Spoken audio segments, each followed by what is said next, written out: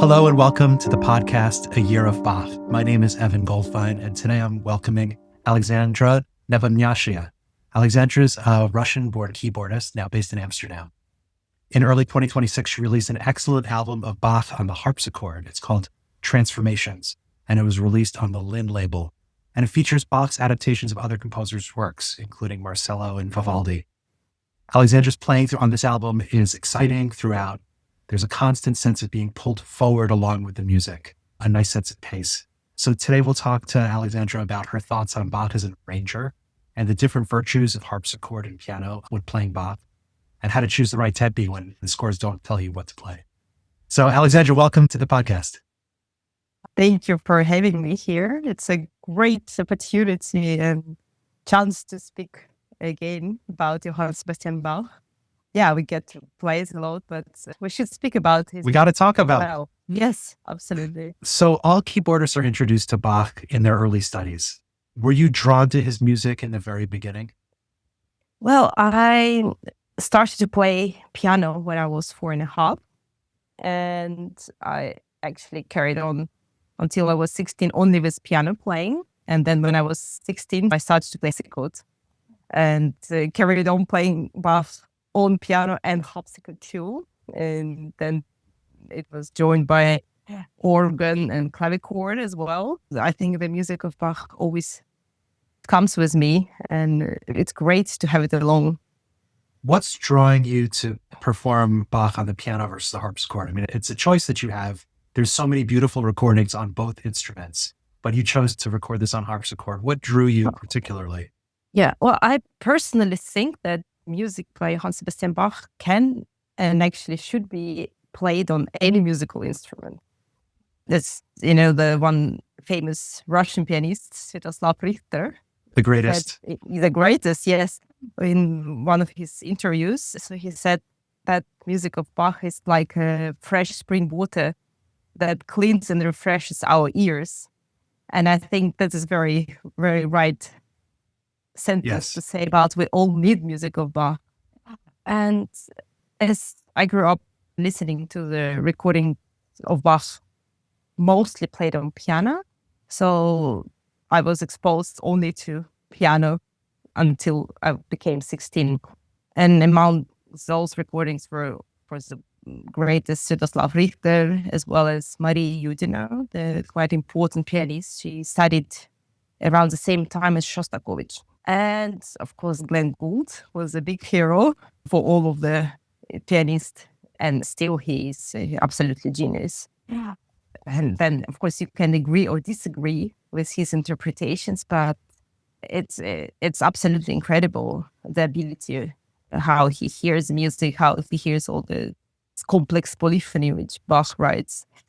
So then coming back to the point, that's until my 16th, I was only exposed to piano. And then I started with a harpsichord, and that, of course, opened completely different paths for me. Talking about the harpsichord, it's quite a challenging instrument to make it sound expressive. Yes. I think due to the mechanic of the instrument, which is quite unexpressive, because the harpsichord, so it's a keyboard instrument which makes sound by plucking the strings. So you basically push the key down and the string is being plucked, and doesn't matter how hard or how soft you push the key, that will not affect the sound, which means it's theoretically it always comes at the same dynamic. And at the same time, we know from Bach that his main demand on playing harpsichord was that it has to be a very singing instrument. So the way of playing has to be very singing, and so this is quite challenging for when you face a harp. As I mentioned, for example, the clavichord, which was around the time, and it was Bach's favorite instrument. So he had it in his room, and he practiced on it every day, and he made his sons practice on it as well.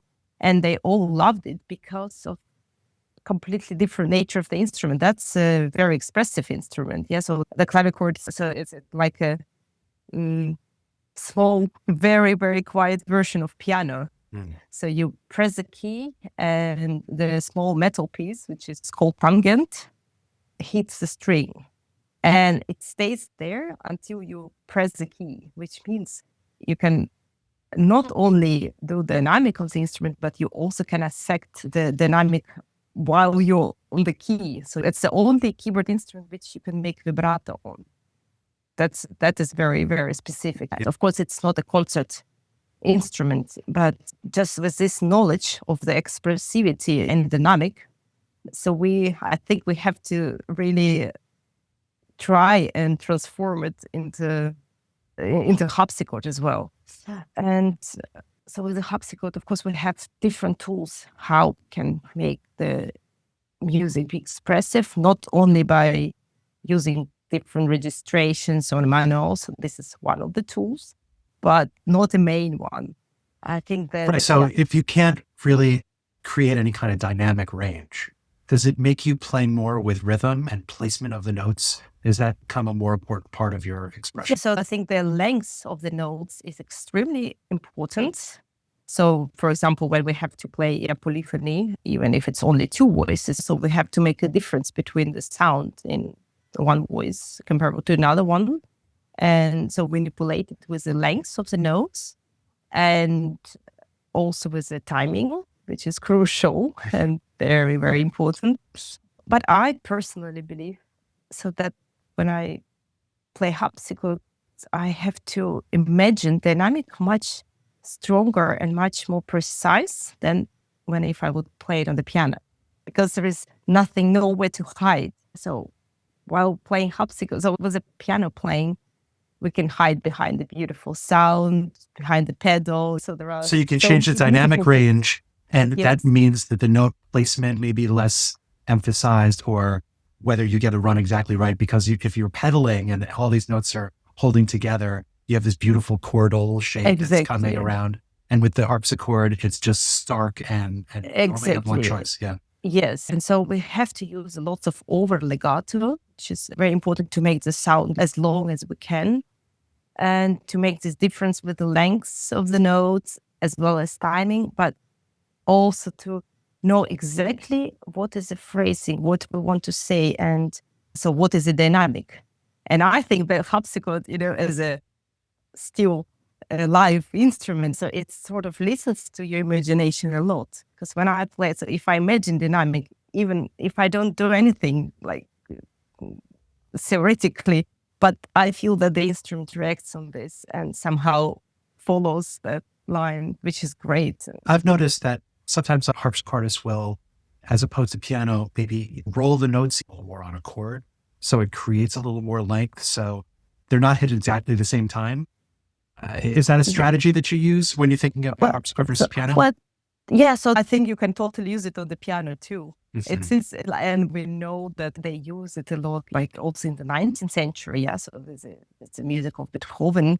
So it's totally allowed and appreciated. It's just, in the 20th century, everything became quite strict. And so people started to be afraid to play what's not exactly written in the music, but actually the way the further back we go, the freer it was. Yeah, and I guess with Gould again, now we're free again to do whatever we want.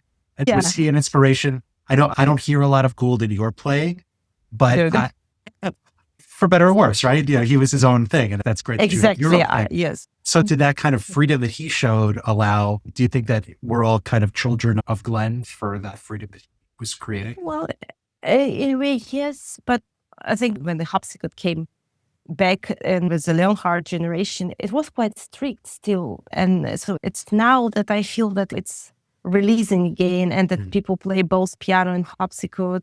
And that is a great thing, because it was some time when the musicians were quite strict. So we only play harpsichord in only a certain way. So everything around would be like not allowed or not appreciated. Yeah. I think now we call this the generation of young players. It's good to see that people really become more free. I just heard Lillian Gordas at concert. I don't know if you've heard of her albums. No. She's a young harpsichordist with a new album from last year. Excellent stuff. And Pierre Hantaï, I think you studied with. Is that right? And, after the master classes. I loved his book, One of the Well-Tempered Clavier. I think it's one of the more important recordings of that piece. And just really it turned me on to the harpsichord as like, wow, this is something that because I guess I started with Gould like everybody else with some of those albums. Yeah. And Richter and the other geniuses who have created like a template in my mind about how those things should sound. Yeah. Now it sounds great on the harpsichord too. When you were thinking about creating some of your great interpretations of these, are you hearing the recordings that you know well? Do you study the recordings or you just look at the score? And how does it come from you into the music? I think there's something really key about it, and I can't ever put my finger on it. So how do you approach your music making? Yeah, well, of course, I listen to the recordings. I love listening and to compare them as well. I do it before I get too far with the pieces myself. When I'm at the moment of exploring it myself, I try to really focus on what I want to say and how do I see this? So what's the right choice? It's quite a long process for me. I must say, it's never easy.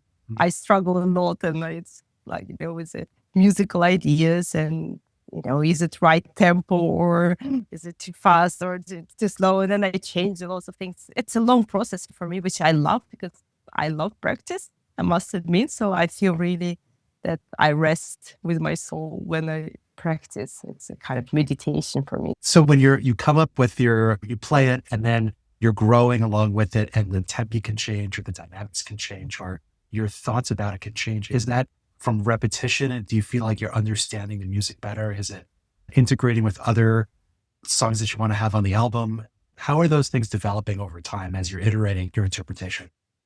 Yeah, it's that the more I practice, I think the deeper I understand and also deeper I listen this music to these pieces, and then some ideas come and then I try things as well. So it's always good to have this time before the recording so that you have enough time to actually grow. And still, I must admit, you record something and then you come back to the program like I do now, have to play it in a month. In Spain with the whole recital. And then I feel, I should have played it differently, and this is, I think it's totally normal. And will you play it the new way at the concert or are you going to go back to your old way? No, I think you can't go to the old way. There's no such thing. I think it's always develops, which is great because that's a great part of being a musician. We never stop learning. We always go forward. Yeah. I think that's very special in our profession. One of the pieces I really liked on the album is a very short piece. It's BWV 999. It's a short arpeggiated study in C minor. I played that on guitar originally in A minor because C minor on the guitar is no fun. But in A minor, you can play it. And I started to learn it on the piano as well. And when I've played it, I really go slow and I milk it for the drama, like the big heavy notes on the bottom. And like it's this arpeggiated study. It's so pretty. Like it's almost like the arpeggiated C major prelude from the first Well-Tempered Clavier, like the very famous. Yeah. Your interpretation here is very fast and wonderful.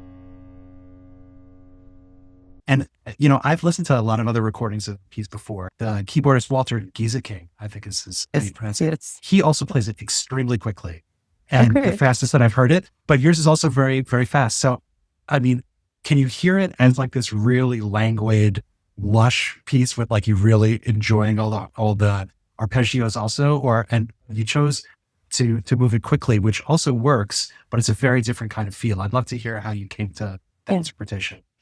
Well, for the tempo, so I think the first comes as a character for me. So I have to look which character I want to deliver.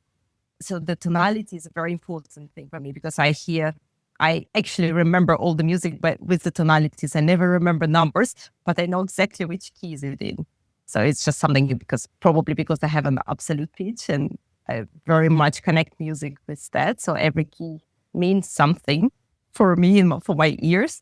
So the C minor, it's just, I see it as quite a stormy and fiery little piece. For Beethoven too, C minor, right? Yes, Yeah. exactly.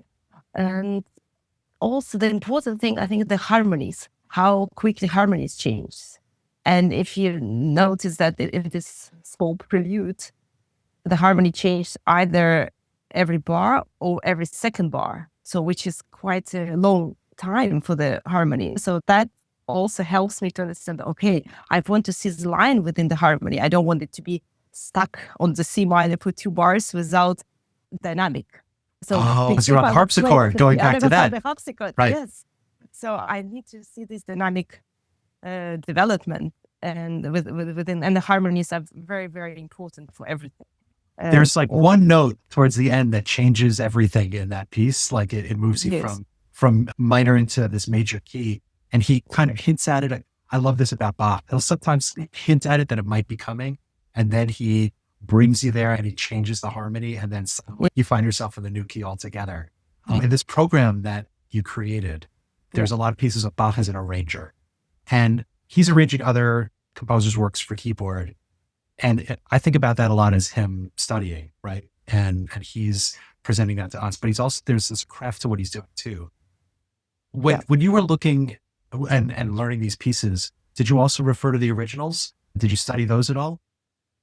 Yeah, well, just to say about the arrangement world. So there's Bach, he's like Handel, who was great recycler of the material. Mm-hmm. And Handel was very often accused of stealing the music from others. Yeah, so we know that. But actually, it's just very important to say that using or borrowing the material from other composers, that we can see it as a tribute. Yeah, so as appreciation of other composers.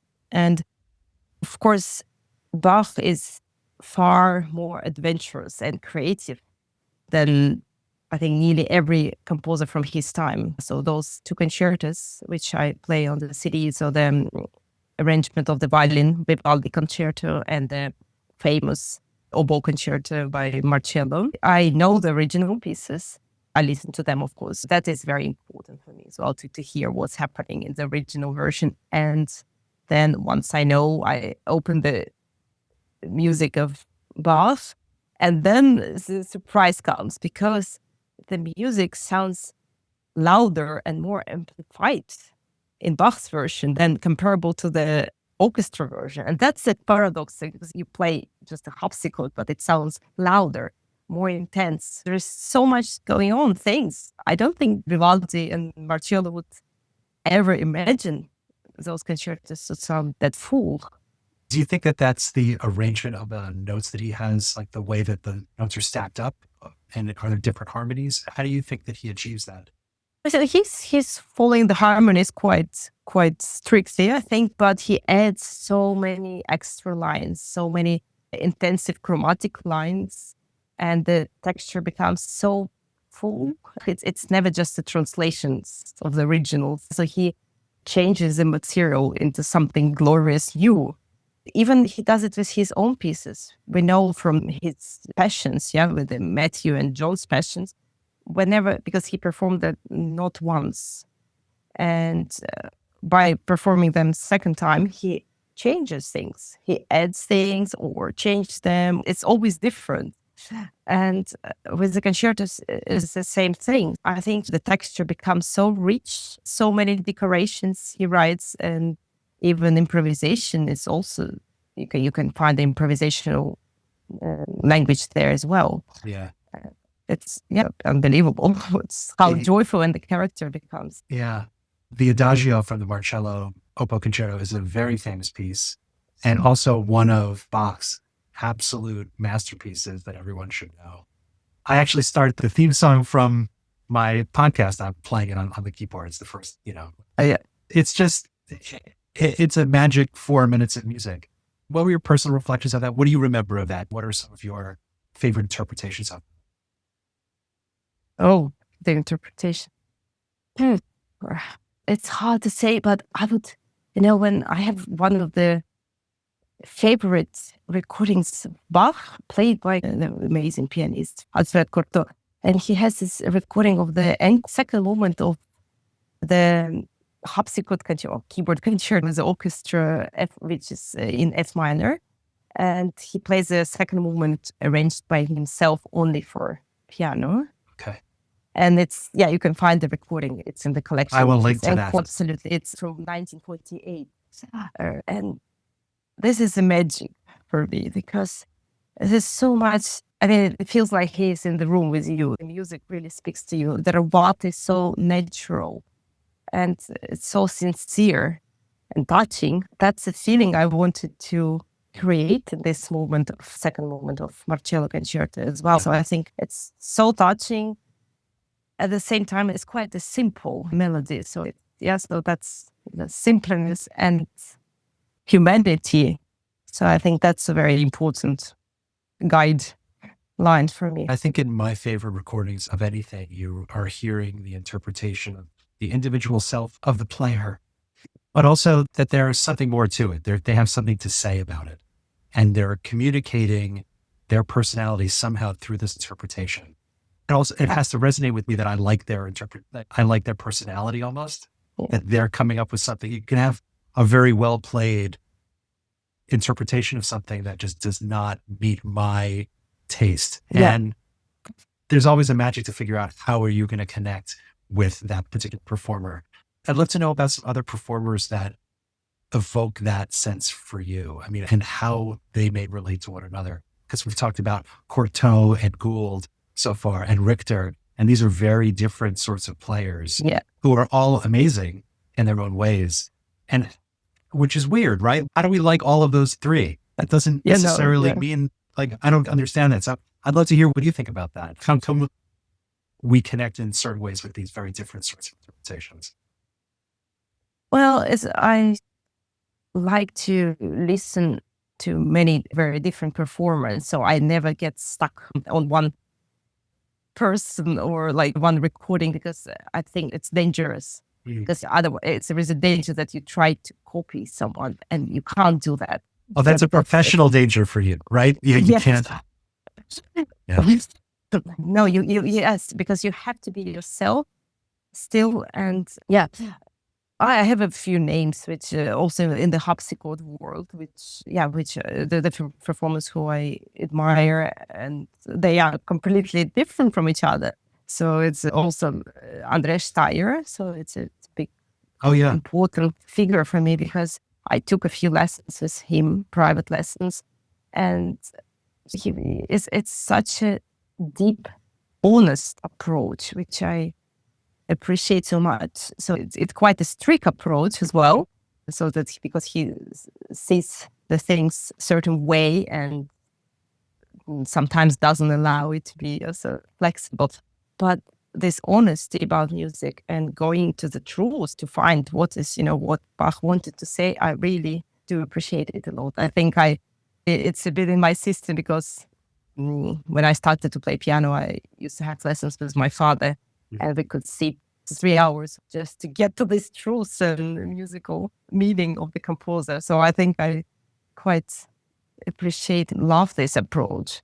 And then I have another completely different example is Richard Egar, who is also like my life partner and dual partner in piano. Yeah. And that is a very different, very human, very emotional and pure music approach, and with lots of freedom and lots of space for being creative. So rigidity works, openness works, but there's something that's unsayable, unknowable that makes it really great. Like, because you can come at it from different approaches and still achieve. Yes, exactly. And I think like his braveness, that's a very, very special thing in all the music he is approaching. And Yeah. so I try to find the braveness as well, like in the improvisation, when we play a duo, and it's like the ornamentations go so wild. When you were sitting as a child with your father taking these lessons and it was 3 hours for 3 bars, was that something that you pushed against, or was that something that was okay? Was he gentle? Was he very strict about it? How are those early lessons? Because I can imagine those being fraught with your dad.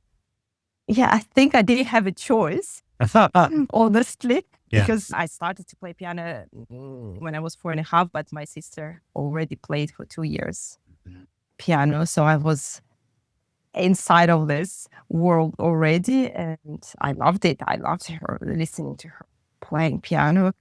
And it was just sort of something which, I was not asked about, but I loved the music.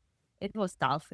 He was very strict and sometimes very difficult to understand what he exactly meant, because I think some things he wanted from me as a child. I think you can request it from the adult people. Right. And that was the most difficult thing for me, to understand actually what he wants. Yes. Yeah. Right. Because you didn't have you think it was a life experience or ear training, or you just didn't have the breadth of understanding, didn't have enough hours at the keyboard to be able to bridge that gap? What changed between ages, 10 to 20 that allowed you to be able to do more? Well, I started to really enjoy practicing from, I think, my 12, when I became 12, 13. That's the time when I discovered I can practice at the music school. Not only practice at home and knowing that my father is listening in the other room. Exactly, and try to comment, every single bar which is not correct or doesn't sound as he would like it to be. He would come and comment on that. And so the school practice myself, that really made a difference. I spent so many hours on practicing on my own. And then when Harpsichord joined my life, that was even better. I only had Harpsichord at the school, so no chance to practice at home. Right. More freedom. So, yes.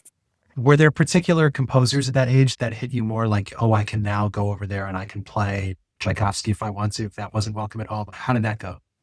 Oh, you mean in the which age? You can start to choose more of your own repertoire as you get a little older, right? Maybe you're singing Chopin, singing more with Bach.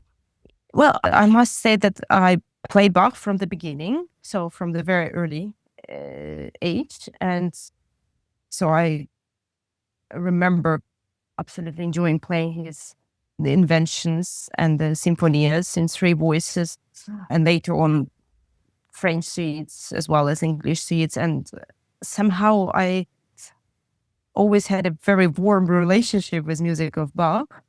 There's probably a couple of reasons for that. First one is quite practical. We used to have a very, very heavy pianos at the school, the music school. And, that with the music of Bach, I did have to struggle with finding the power to, to actually reach the hole while playing the heavy. There's no FF like in, I don't know. Exactly. Yeah. Or to carry through the very, very long Clementi etudes, which goes for 6 minutes without any stop. And then you're completely overwhelmed with these technical difficulties. And with music of Bach, I could focus on music and just dive into his world and didn't have to think, is it loud enough or my fingers strong enough to play it? So that was very, very special. Right. So I always enjoyed it. But, and the other, so of course, the other reason, it's fascinating to see how in Bach's music, 2 sides combines. Like, for one side is that I find his music very emotional and human and touching. And from the other side, we know that it's also very clever music and very well structured, very strictly structured, and there's lots of symbolic meanings, there's lots of numbers, which he connects him to the gods and to himself. So he was obsessed with the numbers, so that's it's this combination of two sides. I think it's fascinating, and yeah, so that's how I connect. I know very few artists who match the formal rigor and the emotional power that Bach does, and I think that that's just the best for me. Yes, exactly. So this is absolute fascination, and well, this paradox thing as well as my daughters now, they play piano and they play Bach, and they play this like the invention in two voices, which I used to play in around their age. And now when I look at these pieces, I think, oh, this is so difficult, how musically tricky it is. And I think, yes, the more you know, the more questions you ask and the more things, so it becomes difficult as well. It looks simple, and to get it to sound great takes a lifetime. Yeah, absolutely. Yes. I'm thinking about the numbers with Bach. The one that comes to mind is the first movement of the third English suite, where it's like 3 and 2 and 6 are just sort of all interposed on top of each other for the whole time. And you can look at it like a math problem the whole way, but it's not. It's a beautiful piece of driving music in the right hand. Yes. Yeah, absolutely. Yeah. Well, Alexandra, thank you again for taking some time talking about your album and how you think about Bach and your experience on the keyboard with him. Again, the album is called Transformations. It's out on the Lin label, and you can find it in the links to the show notes here. And thank you again, and look forward to hopefully seeing you in concert one day. Thank you very much, Evan, for having me. Thank you.